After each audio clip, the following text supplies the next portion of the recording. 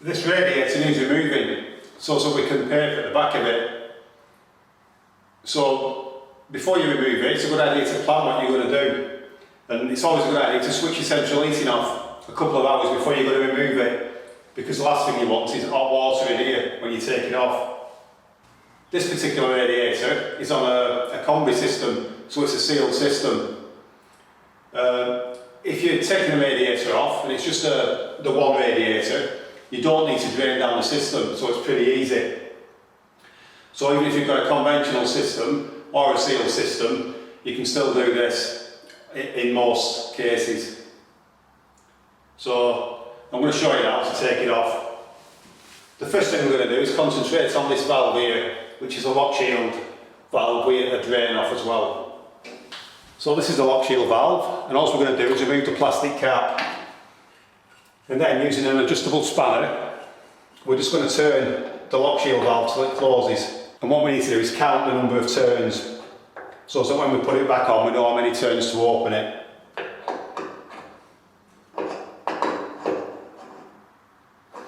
So we've fully closed that valve now. So now we're just going to concentrate on the other side for a minute. This valve is a thermostatic radiator valve, so it automatically shuts off when the room gets to the desired temperature.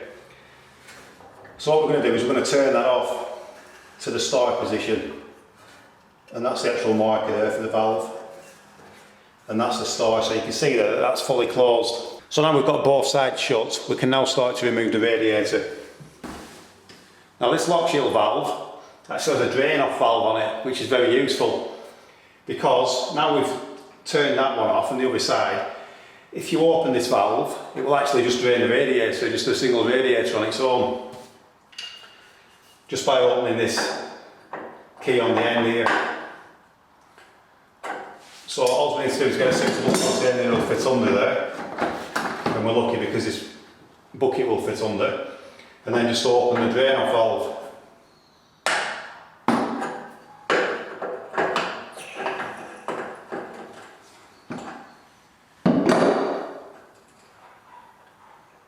Now the water's not coming out of there because the radiator's sealed, so we need to open the bleed key. And as soon as we open the bleed key, water will start coming out of there.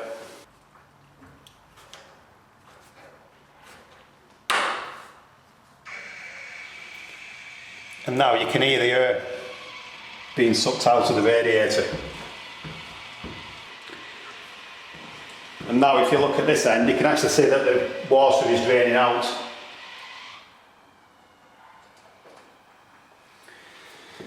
So that radiator is now emptying.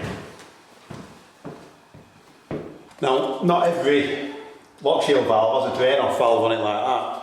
So if you don't have one of those, you need to use a container like this and place it underneath. And then you need to use a pair of water pump pliers to grip the valve, and then you need to crack this union open here.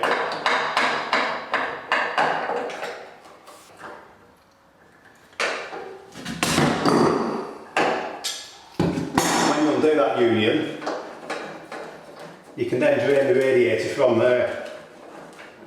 But again, you need to open the bleed valve before any water will come out. And then you can fill the container and then empty it in a bucket and then empty it down the drain.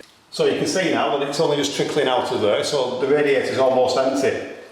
So on the thermostatic valve side, we're going to grip the valve again, and then we're going to open it using the adjustable.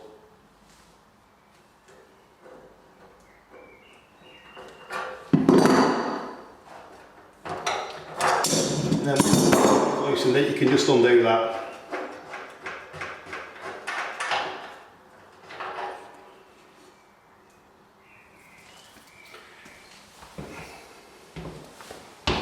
So now, as you can see, we've disconnected that side and we've disconnected that side. So now we can just lift the radiator straight up off the wall. Now, some of these radiators can be quite heavy, so you may need to get somebody to give you a lift. So if you just lift it up and then out, and then just empty it into the bucket and you'll get any remainder of the water out.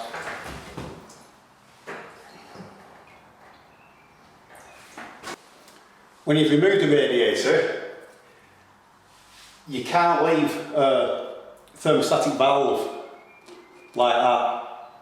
You've got to cap it off because it'll actually open on its own, and when it does, it's going to flood your house basically. Normally when you buy a thermostatic valve like that, you actually get a cap with it which is suitable for just screwing on there to cap it off, but we've not actually got one of those, so we're just going to make one. So we've bought this brass cap that's threaded, and if you're in the UK, obviously all the plumbing is standard, so if you just tell them that you need one of these, they will get you one. It should be the right thread and everything. So you need to put a good fitting washer in there, and that will then tighten up onto the valve and it'll stop it from leaking if the thermostatic valve does decide to open.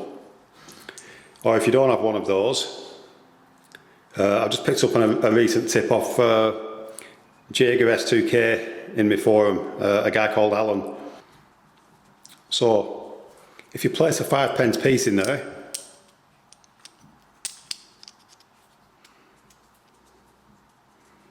and then a fibre washer, you can actually use that to cap off the thermostatic valve. So in this case I'm going to use the one I've got here with a washer. So we're just going to screw this on now.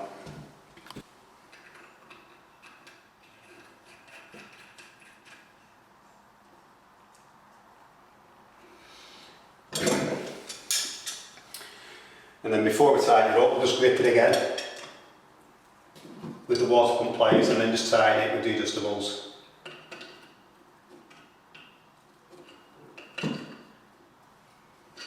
So as you can see, that's capped off now, so if that valve does decide to open, it's not going to put water all over the floor. For the lock shield valve at that side, it doesn't matter, that one doesn't need capping off, because the only way you can open that is with a pair of adjustables.